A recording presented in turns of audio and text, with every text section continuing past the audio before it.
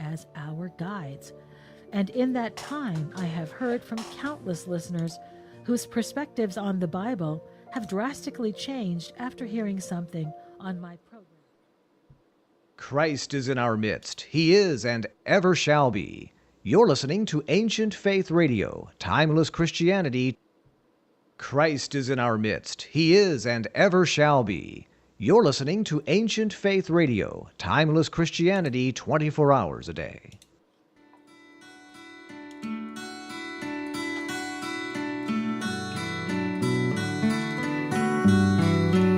This is Everyday Orthodox with your host, Elisa Bielatich Davis.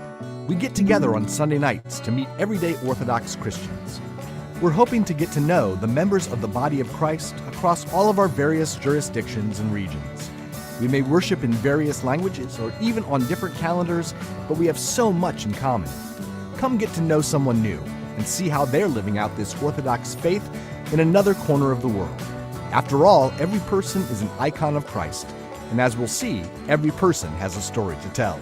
If you have a question for tonight's guest, we invite you to call in and join the conversation at 1-855-237-2346.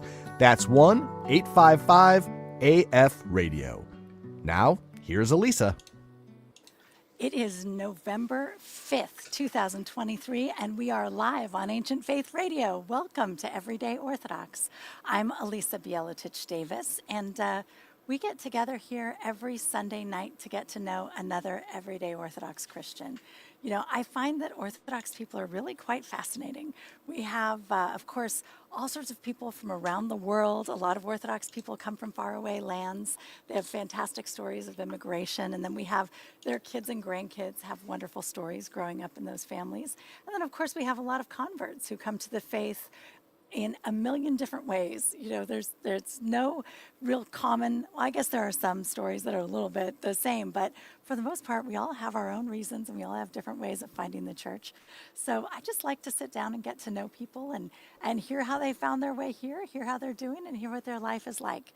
And so every time we get together, you are always welcome to join the conversation. Of course, the number is 1-855-AF-RADIO. That's 1-855-237-2346. And our very wonderful producer, Madushka Trudy Richter, is right here answering the phones. She will patch you through and you can ask our guest anything you like. So tonight's guest is a very good sport because I'll tell you what, we were supposed to have a different guest and they fell through. They weren't able to make it due to circumstances beyond their control. And so we were sitting here going, gosh, what should we do? And we thought, well, Simon hasn't been on the show yet. Simon works on the show. Simon Nelson works for Ancient Faith Radio, and he is the one who's responsible for getting the video up on YouTube. So for those of you who've been watching Everyday Orthodox on YouTube, you've had the, I don't know if it's good or bad, the joy or perhaps the curse of watching us talk and seeing our faces as we do the show, and that's all because of Simon. So tonight, you're going to get to meet Simon, which I'm kind of excited about. And I really only know Simon from doing all this YouTube stuff, so I'm kind of excited to hear his story. So without any further ado, let me welcome to the program Simon Nelson. Simon, welcome. Thank you, Elisa, for the nice introduction there. Well, I normally would give an introduction telling all your background. I don't know. So it's kind of fun to have like a last minute switch on the fly. We'll just get to know you as we go. I'm kind of excited about it. How long have you been working with Ancient Faith Radio? It's just very recent, right? Yeah, only since March of this year. Ah, excellent. See, now we'll all get to know you. I like that. But all right. Well, Simon, tell me, where did your story start? Like, where were you born? Oh, way back at the beginning. Well, I was born in Portland, Oregon, actually. Oh, Didn't Very live there nice. for very long, about 3 years, and then I've spent most of the rest of my life in the Pacific Northwest, Washington State primarily, except for nice. a 5-year period where I actually lived overseas in Belgium. Oh, wow. Oh, see, this is going to be a great story. This is awesome. So tell me, where in Washington are you? Like near Seattle or further north? Are you on the is it east? On the east side is totally different, right? I know Washington's kind of an interesting state. Where exactly have you been? No, I'm in the crazy wilderness of the eastern half of Washington. Oh, wow. Yeah, that because I think people think of Washington, they think of really Seattle and they think of, Yeah. some coastline.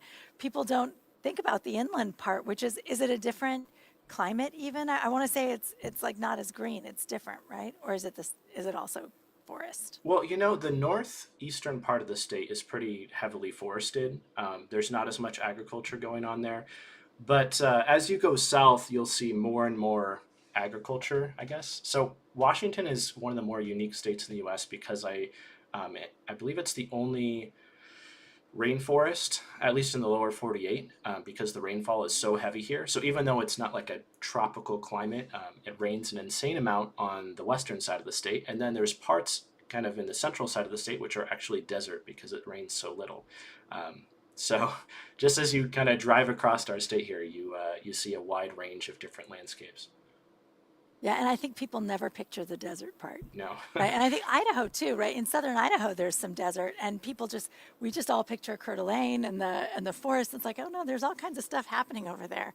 It's really a fascinating part of the country. So, did you grow up like in a small town or a bigger city or what was it like? Yeah, so I have spent a lot of my life in Pullman, Washington. So that's where Washington State University is located, and that's where I went for undergrad. So anyone who's familiar with the university, they probably know the university more than the town, but that's kind of where it happened. Oh, that's great. So why were you guys in Pullman? Did your parents work for the university at all, or was it just coincidence? No, so my grandparents lived in Spokane, Washington, which is the metropolis of the eastern side of the state, and they've been there for a long time since I was born. So for the past 28 years, and going back further than that. And my parents always wanted to be close to them, and they weren't, just the whole work thing didn't quite work out in Spokane, and they wanted somewhere that was like nearby, but somewhere that my dad could work, and he runs his own business. So Pullman was the area that it worked out. Oh, that's great. That's nice. I think that's common. People like to go back near their parents when the kids start coming along, and Yeah. although really Portland's not that far away, but that's nice. That's really good. So when you were growing up in Pullman, Yep. is it really just a college town? Is that kind of the major thing that it has going on, or how big is it? I don't even know how big Pullman is. Yeah, I mean, it's grown quite a bit in just like the last decade, maybe 20 years. So it's changing. But when I was little, it was primarily just a college town. That is changing. There's a couple local businesses that employ, a few thousand people outside of the university now. So it's changed a little bit. But like when I was a kid during the summertime when school is out, the streets used to just be dead, There was never any traffic, and yeah, it was kind of a ghost town. So that's been the main change, I guess, from childhood to now that I'm a little older. Just some of the local industry has grown a little bit. So it goes from being, I guess, a lot more busy during the school year to now it tones down, but it's no longer a ghost town in the summer. Well, I guess that's probably better. It's hard for businesses to survive when a town just empties out and is just totally totally void of customers. Yeah. So that's good. But so what kind of a kid were you, Simon? What did you like to do? That's a good question.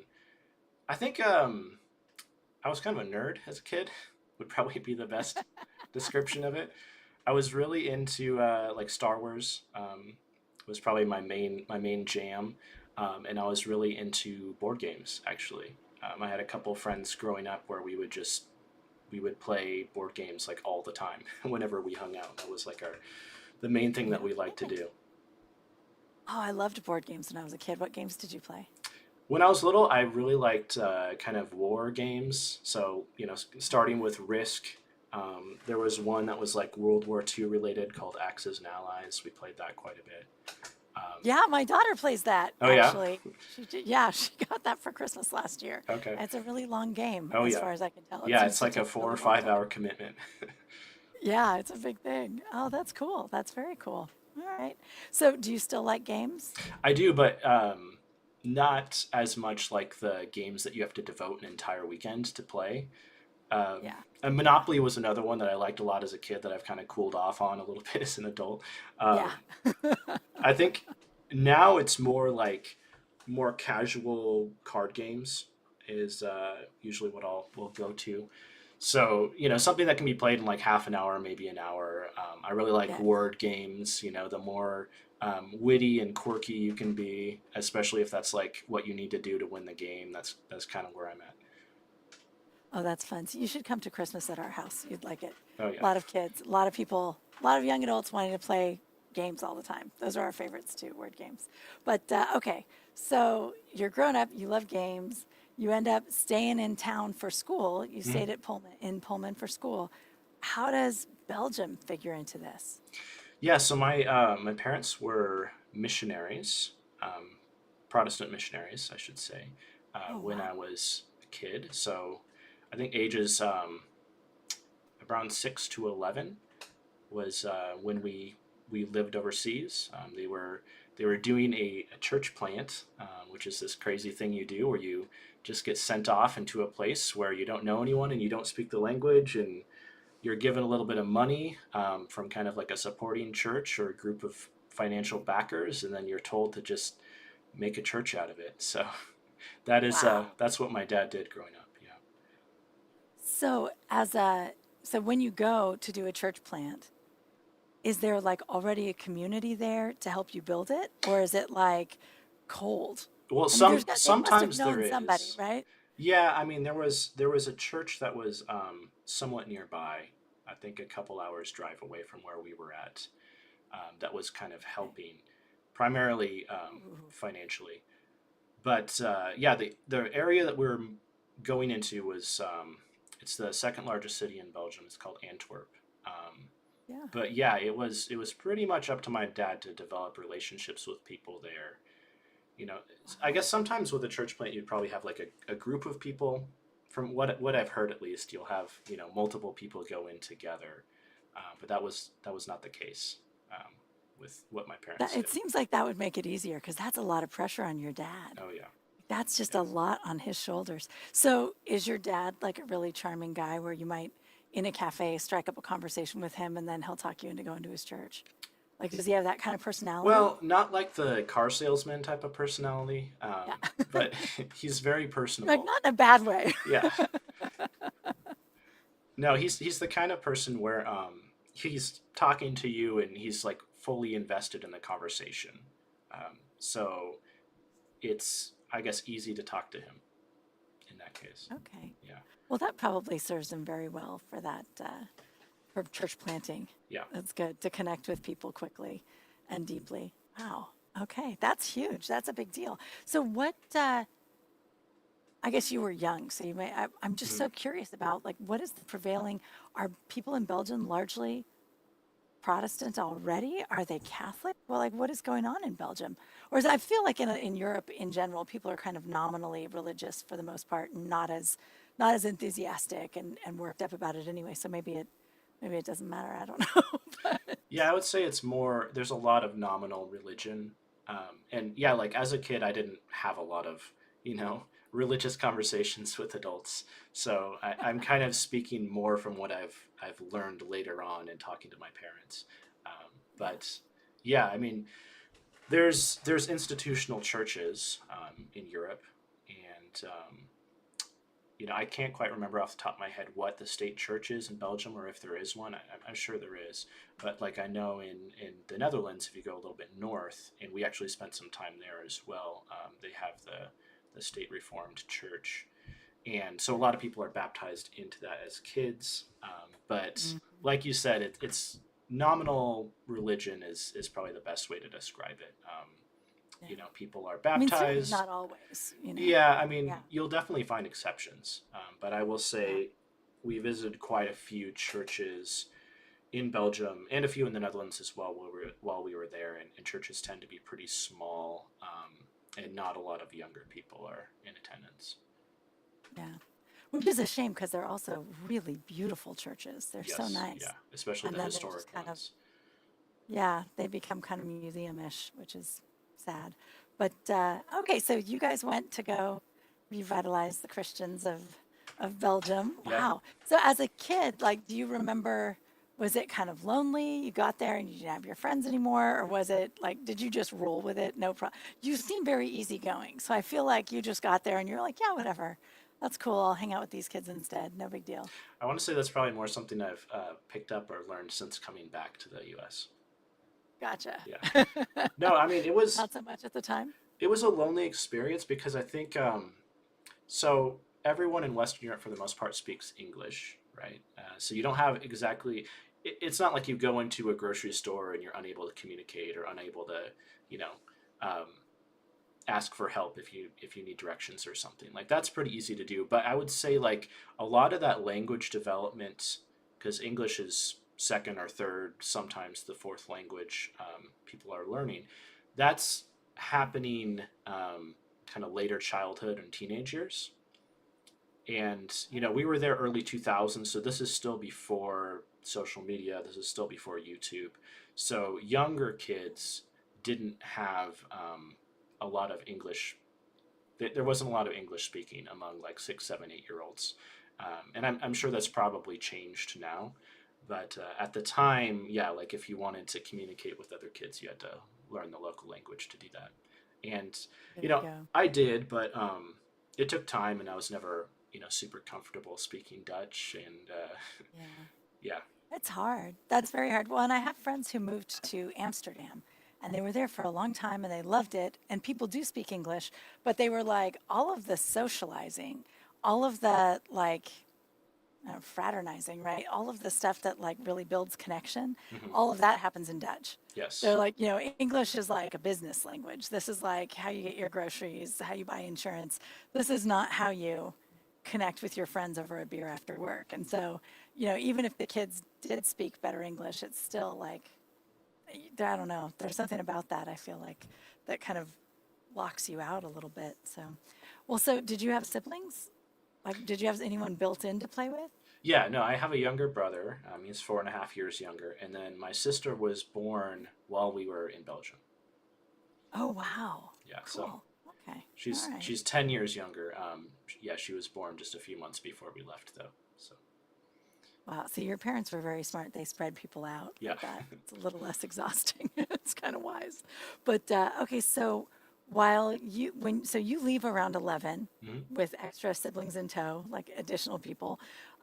When you got back, did it feel like home or did it feel like a totally like now, oh great, now I have a whole new place that I have to get used to. Like was it because 6 to 11, you've changed a lot, right? yeah. And there's like a lot of social development that happens among kids around that ages that I wasn't getting as much because I was doing homeschool online classes while I was overseas for the most part. And there were a couple other. I mean, it's a big city, so there were a couple other families within the city that were also English speaking and didn't have their kids in public school, and my parents were able to connect with them, and so there's a little bit of social interaction there. But yeah, I didn't necessarily go to public school growing up, so I feel like you, Right. you got to learn how that all works. So yeah, when I came back, it was the second half of sixth grade, so like very end of elementary school. At least in Washington, that's how it works. Some places sixth grade is junior high, but yeah. So I was coming in at the tail end of elementary school. Didn't really know how public school worked. Didn't know the social dynamics. So it was a learning curve. It took at least probably a year to really I guess get comfortable and feel like I fit in again.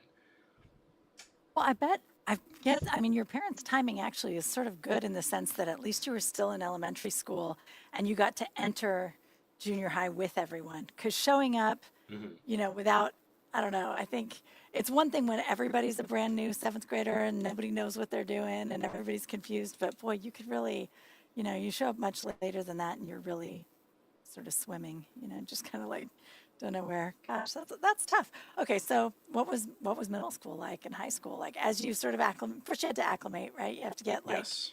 solid with public school and American kids and just whatever all is going on in America that you were not seeing when you were gone. How was it? Did you like it, or were you someone who hated middle school, or did you have fun, or what did you think? Yeah, middle school was a good experience. I did meet a couple of friends in middle school who, despite me being weird and coming from this foreign place, they kind of took me under their wing a little bit. So, yeah, I did have not a lot of friends, but a couple really good ones. And yeah, there were sleepovers and birthday parties and stuff. So that helped a lot to, um, I guess, get back into the American junior high kid culture. Um, Wow. and then, yeah, I think the other thing was just getting involved with activities. So I did a lot of sports in junior high, and I played band. So I was pretty involved in that sort of thing.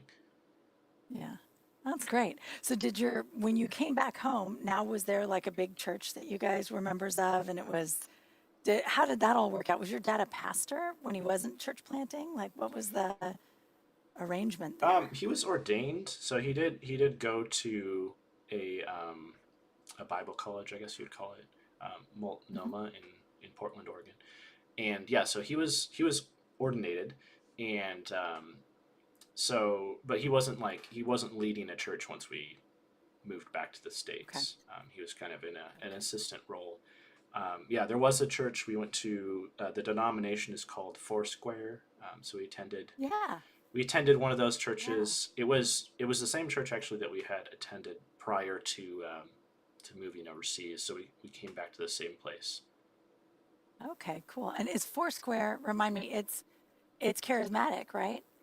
Yes, I, Am I I would right? say like tentatively charismatic. How charismatic it is really Tentatively. depends a lot on the pastor and the congregation and what they're Okay. into. I mean, it's one of those denominations where it's not very homogenous. So Okay. what you'll experience going to a Foursquare church probably varies a lot based on That's interesting. the church, the local church that you attend. That's interesting. I always find that sort of fascinating. It's interesting how that happens, right? Because some denominations are so tight Mhm. and everything has to be exactly the same. And then it's like, however the spirit moves you, whatever. Different people's personalities can impact some churches a lot, I think. Yeah, I think But the pastors are given a lot of freedom to kind of order the church in the way that they see fit. okay. Well, and to be fair, I would say in Orthodoxy too, you can go to a Greek Orthodox church in one place and everything's in English and Yes. very American. And then you go to a Greek Orthodox church somewhere else and it's like, oh, it's like I'm in Greece all of a sudden. And so we have some variety over here as well, I would say, at least certainly culturally, if not in terms of teaching, like the culture and how we interact. But all right, well, cool. Well, all right, we're going to take a short break and then we're going to come back and I want to hear about college. And then I know that you're married and I'm pretty sure you might even be a dad. Right? Am I Yes. right? Yep. Yes. Okay. Right See, on I'm both like, counts. I think so. Oh, that's very exciting. Well, we're going to hear all that stuff coming up. So we'll be right back on Everyday Orthodox. Keep in mind, you're welcome to call in at 1-855 AF Radio. That's 1-855 237 2346. We'll be right back. Everyday Orthodox with Elisa Bielatich Davis will be back in a moment. Give Elisa and her guest a call at 855-237-2346. That's 855 AF Radio.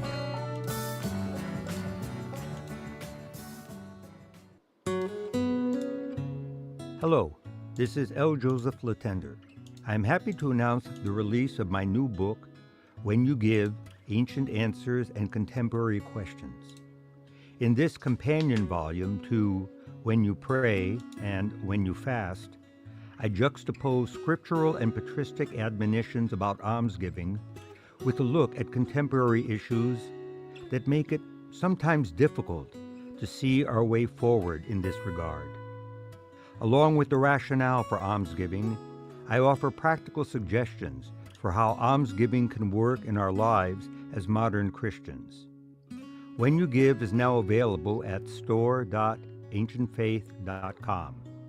That's store.ancientfaith.com. We're back with Everyday Orthodox with Elisa Bielatich Davis. Do you have a question for Elisa and today's guest? Call in now at 855-237-2346. That's 855 AF Radio. Here again is Elisa. And welcome back to Everyday Orthodox. We are here tonight with the best sport ever, because Simon Nelson is usually behind the scenes setting up the video. So, but he's very familiar with how the show works because he's been having to watch pretty much every episode since March, and uh, and now we have pulled him in at the last minute and said, Simon, you have to sit down and let us talk to you and find out all about you. So Simon is rolling with it tonight. So thank you very much, Simon. And I just want to let you know, audience, you're welcome to call in with any questions. If you like, the number's 1-855-AF Radio, 1-855-237-2346. But so, okay, so Simon, you come back from Belgium. You're kind of settling in the United States. It sounds like you settled in pretty nicely and pretty quickly. So what were you like as you're finishing up high school? What did you think you were going to do with your life? Like, where did you picture yourself going, and what was the plan going to be? What did you imagine? Well, yeah, the end of high school was kind of a not super great time for me.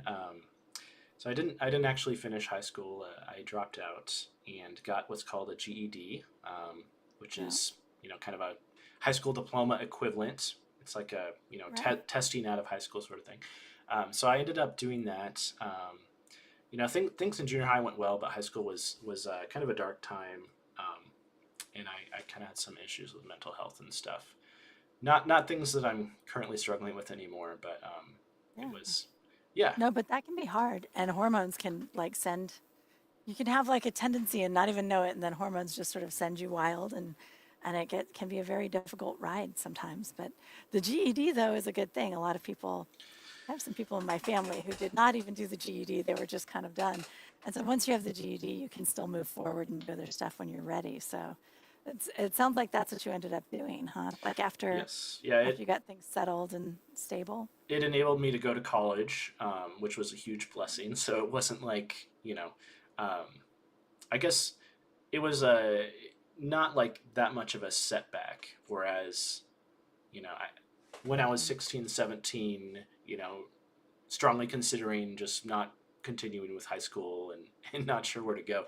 Yeah, I was Right. pretty rudderless at the time. So, I mean, um, I can't remember if it was my parents or someone who knew my parents, but someone let us know, like, hey, you can test out of high school. You can get like kind of this equivalent thing. It allows you to go to college. It helps you keep some options open. Looks a little bit better on a resume if you want to start working right away. So that was a huge blessing to be able to do that.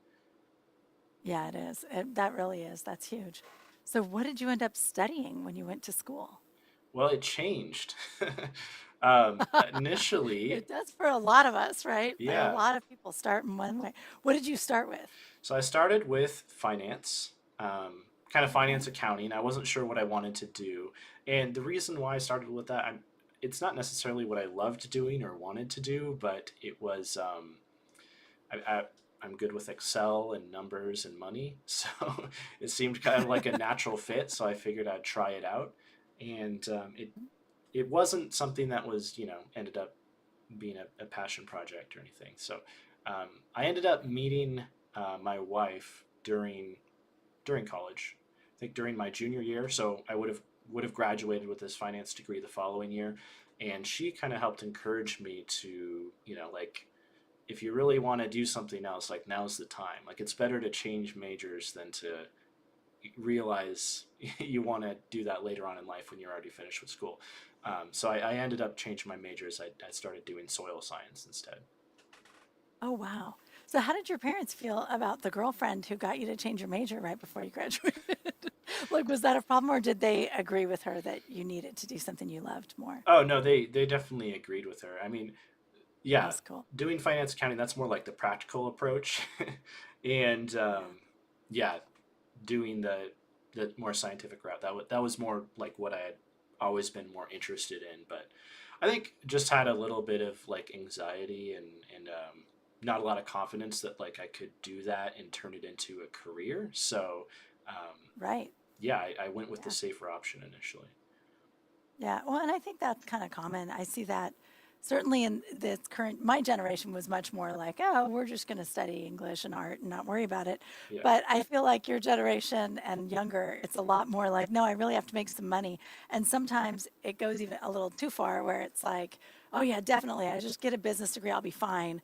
And it's like, well, we can't all get business degrees. That's not going to work out. Some people are going to have to do some other things, especially if you love them. So, what with soil science, is that essentially like agricultural work? Is that like preparing land for growing things, or is it just in general, just understanding soil and how it works?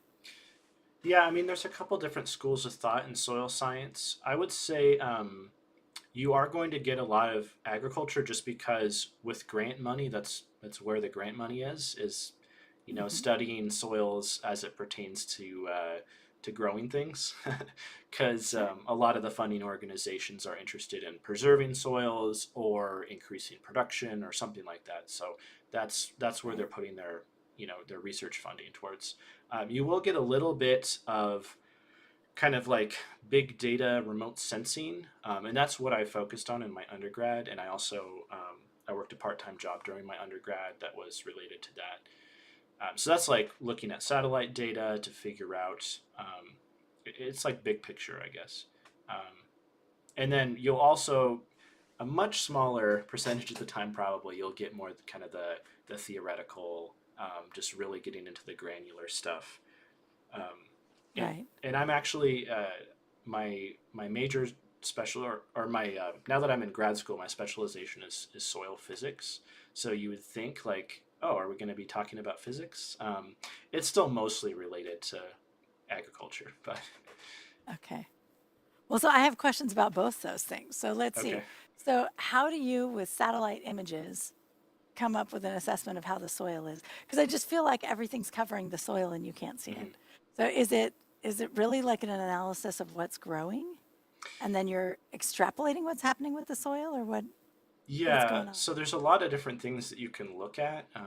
Probably maybe one of the more common ones that some people might be familiar with is NDVI. So that's you're essentially looking at like the plant canopy, and you can make judgment calls based on. I mean, you're basically looking at like very large scale photos of the surface, and it's going to be colored according to like what's there. So you're looking at like what percentage of green is there in this field versus percentage of brown, and then based on some other factors, you can kind of determine like how healthy the plants are. So and then you build maps off of that, and you can build huge models that people just plug some numbers in and they can kind of check on the state of their fields. Oh, that's cool. That's kind of neat, actually. All right. And so then now, when you're doing soil physics, what what does that even mean? I mean, is that because I'm thinking, is this like molecular stuff about the soil, or is it more like how the soil moves? Like, what is that? It's mostly about water. Yeah, it's mostly Oh, about how okay. water interacts with the soil and things that are in the Oh, okay. water, like plant nutrients and stuff like that. Oh, interesting. All right. So you're working on a graduate degree right now? Yeah, yeah. I'm in just started the second year of my master's degree. Oh, beautiful. And so what do you want to do with it? Like, do you want to be more in research, or do you want to be more like out there in business, or what do you want to do? Honestly, I would love something low key, where I'm, kind of behind the Yeah. scenes, either working in a lab or on some sort of research team. But I'm more the person who gets to kind of clock in their 8 hours a day and then go home to my family, because Yeah. that's kind of the priority in life. So Yeah, yeah. I'm with you. It's interesting because there are some people who are like they want to own their own business and they want to do, and it's just like this go go go 24/7 thing, and they're so excited about it. And then there are those of us who are like, I really like to clock out and go home and relax, actually. So thank you. Yeah.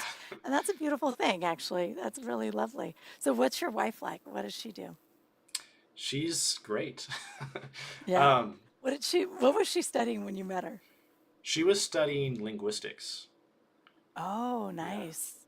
And Yeah. she ended up doing grad school. We took turns. She did grad school, and I took some time off of school to work and just kind of support us. And now, well, up until the birth of our daughter, she was working and supporting me while I'm in grad school.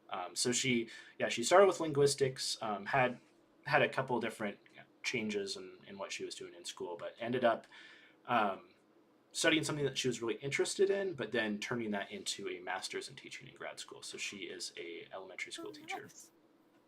Oh, lovely. Very nice. So she's fully capable of being a fantastic mom now because she's like trained on all these other kids for a while. So it's Yeah. perfect.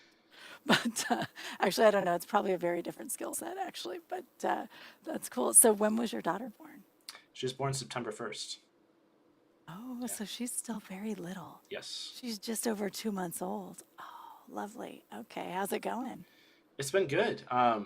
We are, I feel like, incredibly blessed to have a baby that, at least up to this point, I don't want to jinx it, but she's been very easygoing. Yeah, she eats well, she sleeps well, she's in a good mood most of the time when awake. Oh, I God. really don't have a whole lot of complaints, to be honest with you. These are the kind of babies that lead people to have 9 kids. Like when you have the babies Yeah. that are easy, it's the people whose kids have colic are like, oh, this is but everybody, if the baby's easy, life is good. Absolutely. Oh, that's fantastic. That's wonderful. All right. So tell me about you guys, like religiously. Are Okay. you Orthodox? If so, where did you figure all of this out? How does all this work? How'd you end up at Ancient Faith? Yeah, so we are Orthodox. My wife has been Orthodox a lot longer than I have. I was baptized Ah, this past January, so not even a wow. full year for me yet. She Yeah. was baptized as a little kid, not as an infant. I think she was probably around age 5 or so. Um, Hmm. but her dad had kind of learned about Orthodoxy. He went on a mission trip to Russia as a non-Orthodox Christian and um, became very interested in the faith. This was in very early 2000s, and he ended up joining the church and bringing his family into it, which included my wife. She was a little kid at the time, so yeah, him and his children were all baptized, and um, then um, they ended up leaving the Orthodox Church just due to some kind of Hmm. some family issues that went on, and they attended various Protestant churches for, I'm not sure the exact length of time, over a decade, Yeah. and then they ended up rejoining the Orthodox Church just a couple of years ago. Oh, wow. The whole family did, or just a few? Well, me and my wife were married at the time, so we were, separate. But they started going to the Orthodox Church. Me and my wife had become, I guess, disillusioned with the church that we had been going to, and we had spent several months, I think close to a year actually, just not really attending church. We were like doing, I guess you would call it like independent study. um, like reading the Bible, listening to lots of C.S. Lewis, kind of the gateway to orthodoxy. And Isn't that funny? You'd think he was Orthodox for how many people listen to him on their way in. It's kind of yeah, amazing, but of course he wasn't. I But mean, we had this very, very brief, and it didn't last long, but a phase of just like, we don't know about church. We still believe in Jesus and we believe in God and we believe all this is true, but we're not sure about this whole church thing. Um, but yeah, well, it's hard when you're disillusioned, right? Like when you feel yes. like I'm looking at churches and it's not working, so maybe we can just handle this on our own and not worry about all of those complications and struggles and personalities and all those things. But Yes. I think God intentionally wants us to have to deal with that, which is really a shame because it's so hard, but it must be good for us, I suppose. But okay, so her family went back to the Orthodox Church first, or her parents did, Yes. and then what happened? You guys just sort of started thinking about it? Yeah. So when they started attending, we were, I don't know, 6, 7, 8 months into this whole we're not sure about church thing. Um, Hmm. and yeah, they had started attending the local Greek Orthodox church in where they live. And I think they had just gone a couple of times, but we were with them, and it was the weekend, it was Sunday, and they invited us to go with them, and I didn't really know what Orthodoxy was. I mean, I had this really basic idea that there was like an Eastern form of Christianity. The only thing I knew about it is that it was Russian, and that they had paintings of Jesus in kind of a very unique style. Yeah. And I had seen the Chi Rho symbol, and I knew that was related somehow, but I wasn't sure how. That's So I knew That's almost actually nothing. possibly more than the average American knows about Orthodoxy, really, Yeah, right? Like, it might be. I mean, there's not a lot of information out there. And a lot of times I'll be talking to people and they're like, I've never heard of it. And I'm like, well, okay, picture like Russians when they go to church and they're like, oh, I have a vague smoky image, and it's like, that's as good as it gets. So just with that in your head, you're like, all right, this is Russian style.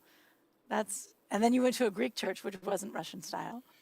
No, yeah, we attended church with them, and I think my first impression was, I mean, good, but I mean, cautiously so. I was like, I think I like this, but I'm not really sure why. I mean, I had a Hmm. lot of like kind of processing to do, especially like Yeah. growing up. I had attended a Catholic mass in Europe um, once or twice, just because just to see what it was like. I think my dad wanted to go because it was like a really historic church that had been there for hundreds of years, and he was kind of just interested in the history of the service. But that was that like one experience I had had as a little kid was the only experience I'd ever had with any kind of liturgical worship. So Right. yeah, it was new. I didn't really know what was going on with. I think that the incense was the primary thing. Um, the iconography didn't really bother me. I thought it looked really beautiful. I've always really liked stained glass, and the church had that. But yeah, there was a lot of incense. There was a lot of singing, and I wasn't sure what to do with all of it at first. I bet. I bet. Did your wife have like positive memories of Orthodoxy, Oh or yeah, was it? yeah, Okay, well, yeah. that's She did. good. That helps, right? That helps because if she had not liked it as a little kid, it would be a lot harder to come back to it later. But all right, so she's going back, and was she kind of like, oh, hey, maybe we should start doing this? Yeah, I think it was pretty familiar with my wife, and she was pretty interested in returning to the Orthodox Church. Definitely faster than I was. I had more. I think more of my own presuppositions about faith that I had to kind of struggle through first. But yeah, my, Hmm. my wife didn't necessarily have that. What kind of presuppositions about faith did you have to struggle through? Well, I think everything making sense was important to me, and there was always something missing within my previous kind of Protestant life, where the Bible didn't. What we were learning, what we were reading from the scriptures, I mean, it made sense on its own. I mean, it's very logical, right? It works kind of with the way that the human mind processes quite well. A lot of Protestant theology, but it didn't seem to all reconcile together all that well. Um, so I'd always had that a little bit in the back of my mind, like, what's all this Old Testament stuff for? What's all this ritual for? Like, why does it matter? And these are questions that were never quite answered. And like, Right. Jesus died on the cross for our sins, but like, why did he have to do that? And what does that mean? So I went on a long reading and or podcast journey. Um, mostly Lord of Spirits, some other podcasts on ancient faith Yeah, I to think help Lord of answer those Spirits is questions. fast becoming the number one outreach tool of the Orthodox Church. It's kind of amazing. It's Yes. cool. Yeah. Did you go to the Lord of Spirits conference this last week? Did you get to go help there or no? I did not. I was at a soils conference actually. Ah, well, I mean, that's important, I Yeah, guess, if you're trying to get a soil science degree. So that makes yeah. sense. The dates It's too bad, coincided, though. Maybe next time. unfortunately. Yeah. Yeah, that's too bad. That's very bad. But all right, so you had to kind of sort through it and look. I'm actually impressed. I feel like you didn't sort through it that long before you came around to it, though, because it's really, this is all sort of just piled up quickly for you there. I mean, I think Yeah. that's cool. Well, maybe I'm not going through the timeline well enough, but so we attended. You're like, no, no, it took a long time. Well, it didn't take terribly long. I guess it helped that I was already very unsettled in my previous church and my previous faith. So I didn't have to go through the whole thing where I'm like questioning what I Yeah. previously believed in, because like that had already happened. Yeah, we started attending with my in-laws in October, November of 2021. We went a few times, and then we kept wanting to go to our local church. We have an Antiochian mission parish where we live, and kind of didn't quite muster up the courage to do it for a few months. But we finally went, probably in like March. It was like right around the time Lent was starting. So it took a few months to go there, and then we didn't really start attending regularly until after Lent. So yeah, May of 2022. Wow. But you were baptized by January of 2023. I'm telling you, that's quick Yeah. for considering, because it's a lot to take in, right? It's a lot. I mean, even if you're pretty sure that where you were before wasn't quite right, Yes. it's still just a whole lot to take in with Orthodoxy. But I think that's really neat. All right. So your daughter's about 2 months old. Have you guys already baptized her or not yet? Yes. Yeah, she was baptized Yes. 2 weekends ago. Neat. Who's her patron saint? Mary of Egypt. Oh, beautiful. Nice choice. That's excellent. And she'll get like a whole weekend in Lent. And Yes. cool. That's very cool. That's neat. That's very beautiful. All right. So now you guys are in this little Antiochian mission. How big is it? When we first started going, it was probably like 30 to 40 people, yeah, per service, and now just like a year and a half later, it's like 100. So, it Wow. is quite literally doubled in size and then some in just the past year and a half. That's amazing. Yeah. That's fantastic. Is the priest pretty good at going out and talking to people, or do they just come? No, I mean, I don't think there's a lot of like external inviting people. There are a few like students who like have invited their friends to service with them, but like for the most part, I think the growth is just people, for whatever their personal reasons are, like independently deciding that they need to visit an Orthodox church, and they've arrived. That's neat. It's really neat. It's wonderful to see how many more people are hearing about Orthodoxy and how many more of our parishes are being really welcoming when they show up, and how it's all just sort of coming together so beautifully. That's really neat.